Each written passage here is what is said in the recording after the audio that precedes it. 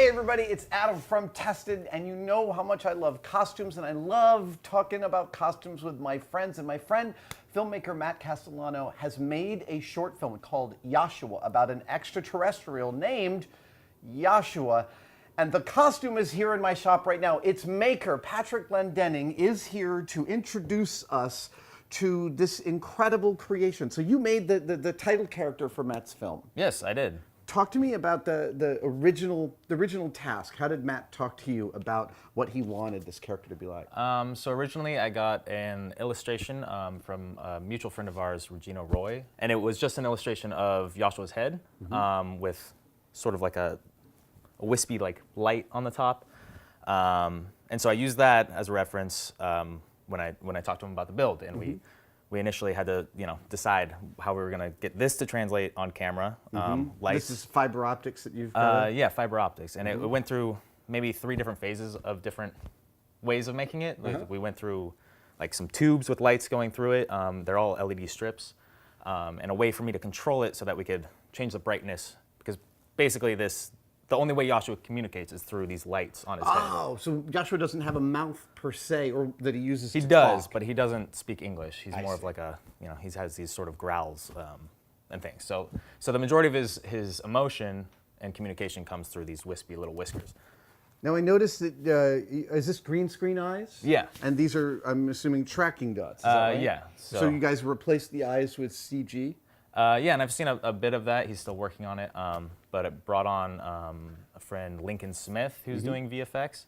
Basically what's happening here is it's an acrylic shell, and then painted on the inside is green, so they get a natural reflection. Oh, nice, right. And we put like mineral oil on it to get a natural wetness too, so all he has to do, well, not all he has to do, but he goes in there and greens it out to be Joshua's actual eye. Talk to me about the construction of this. So you started with a drawing, and then you started, this feels like additive foam, like you built this up out of open cell foam. Yeah, so the majority of the costume's open cell foam. The head is all open cell foam on a bicycle helmet. Okay, sure, yeah. So it's additive foam, you built it up out of open cell foam and then painted with latex? Yeah, so the face and tusks have latex painted over it. The remainder of the head is still, it's open cell foam with wefts of hair. This is yak hair. The in same varying stuff lengths. that Chewie's made out of. Yeah. Chewie's yak hair. But rather than sewn in, it's glued and sewn to the body in long wefts. Well, weft, W-E-F-T?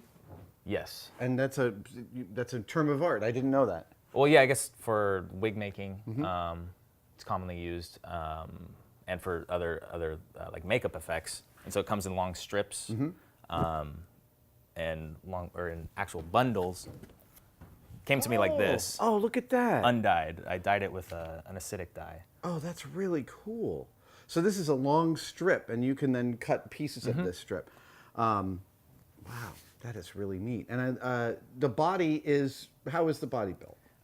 So the body is a military backpack frame that I then attached steel to make sort of an external collarbone. Right. That I attached all the muscle pieces to. So underneath all the fur is an insane amount of muscle definition. Yeah. A big thing to me, because Yoshua in a lot of the film is hidden. He's hiding under whether a blanket or behind something or in a vehicle. So when you do see him, you really see his silhouette and his shape. Right, so a huge thing to me was making sure his muscle definition was a prominent thing. Oh, cool. Yeah. Okay, so talk to me. Now, you've built the costume. It is clearly hot as balls in here. Who wore this and who performed this costume for the film? Kim House wore this. She came from a dancing background, and she performs now live in a band. And How did she find performing in the costume?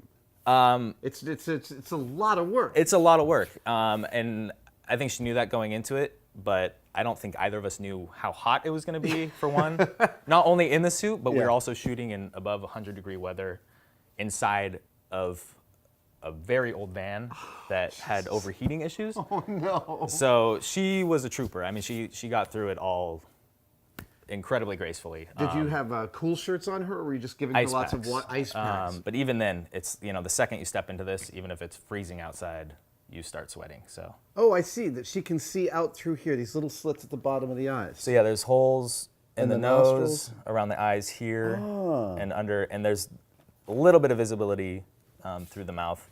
How many lot of days fur. was the shoot?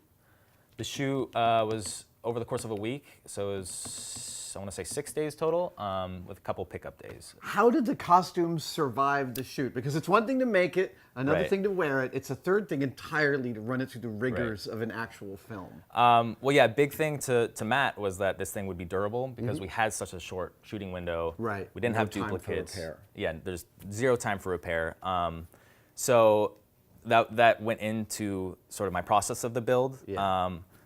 Rather than we went through like forming some of these out of a mold and making straight up like latex hands, like they will used in like Wolfman and stuff like that. Right. Her hands fit in these tiny little gloves. Yeah, they did. Wow. They did.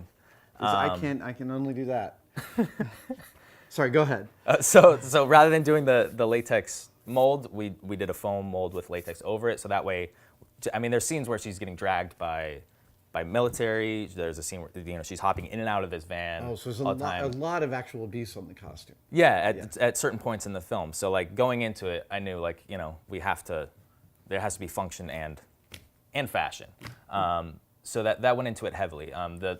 The feet themselves, it's just Oh yeah.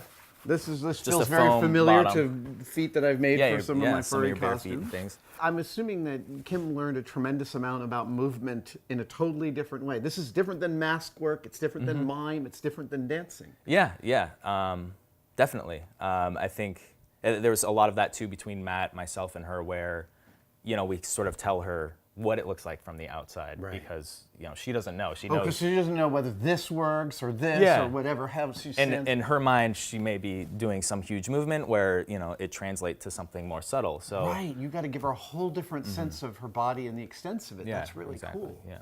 Patrick, thank you so much for bringing this and showing us. I love costumes, but I also love that you built this basically from scratch, and it is now a character in Matt's movie. Thank you so much, sir. Yeah, of course. Thank you for having me. And ladies and gentlemen, that was Yoshua.